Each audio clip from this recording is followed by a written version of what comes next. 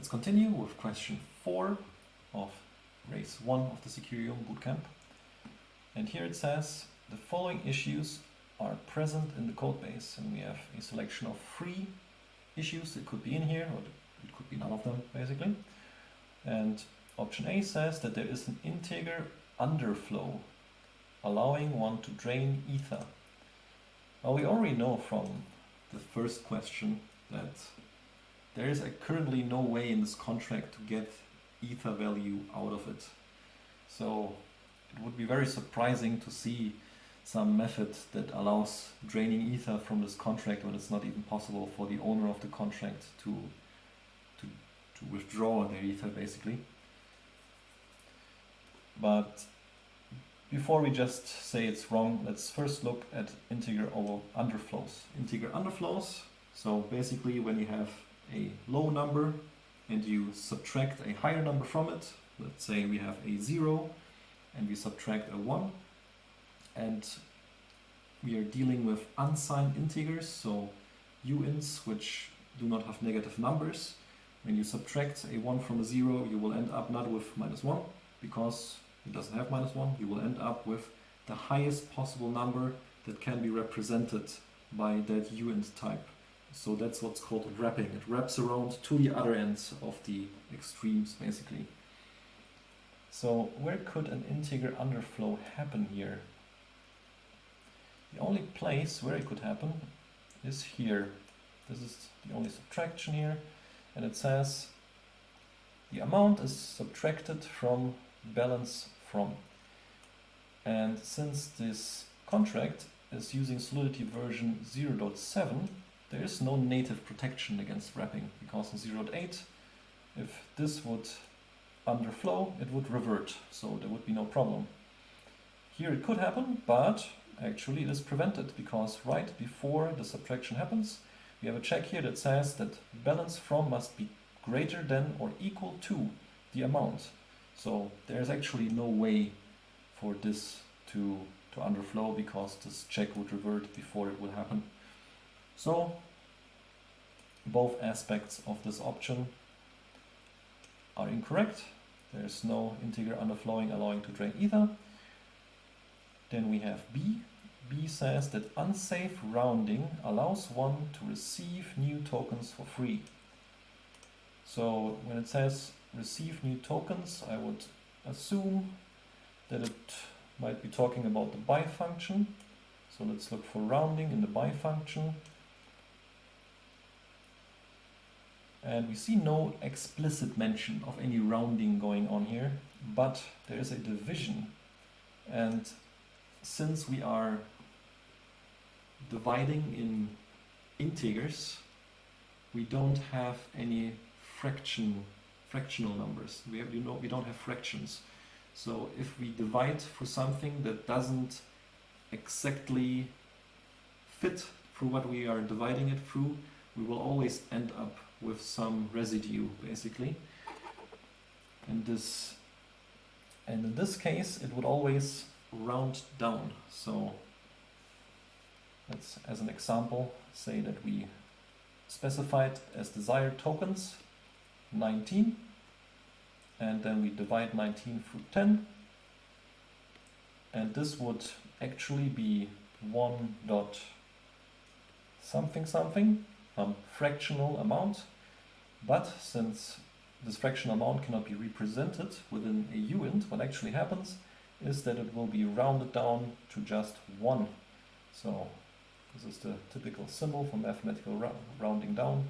This is what happens. It will be rounded down to 1.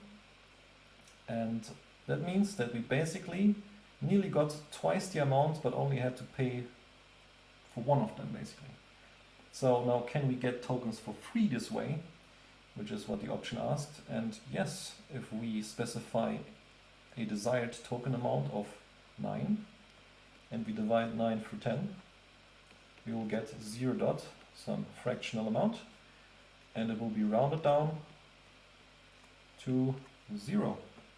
So now the required way that has to be sent to the buy function would be 0, because when this is 0, it doesn't matter what decimals it's the result will be 0.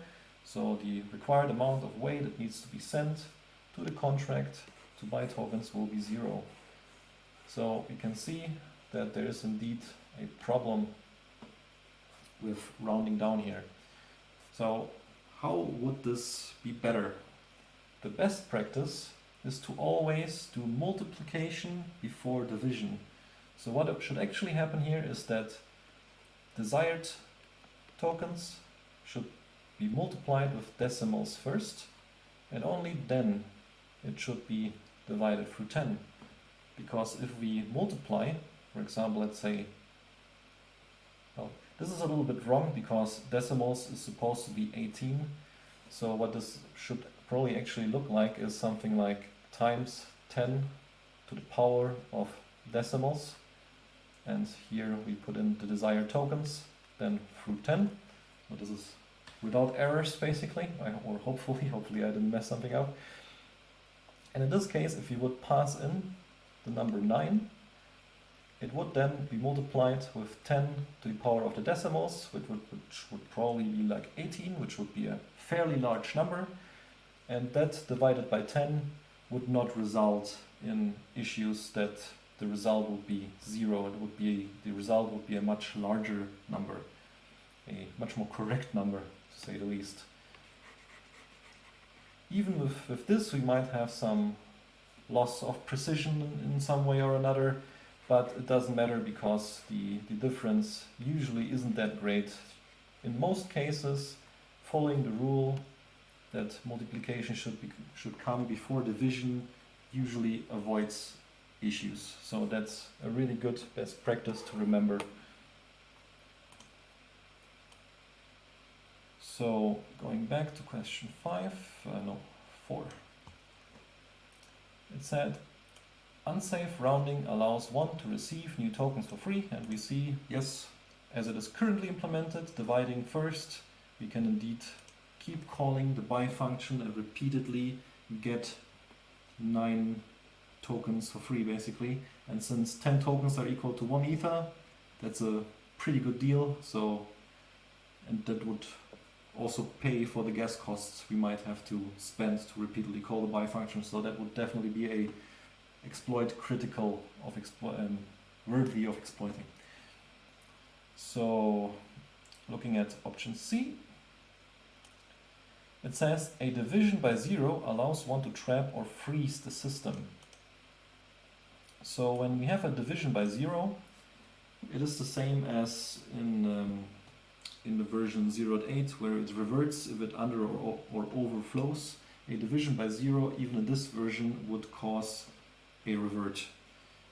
And reverts are usually good because reverts usually, well, they revert any changes that have happened so far. So if anything funny has happened that wasn't supposed to happen, it will get reverted. Everything will be turned back as it was before, which is good.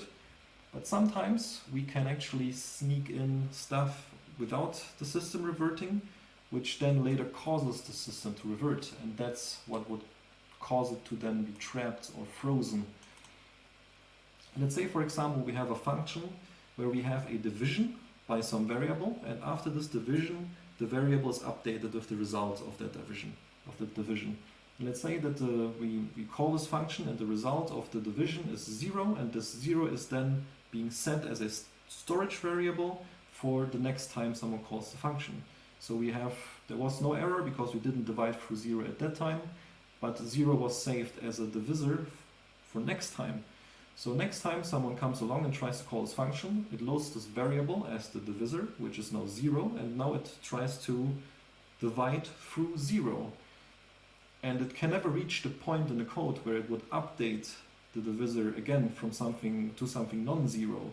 And if there is no other way to update that variable, well, the whole thing is broken. It's trapped, frozen, because now this function can never be called again without it reverting.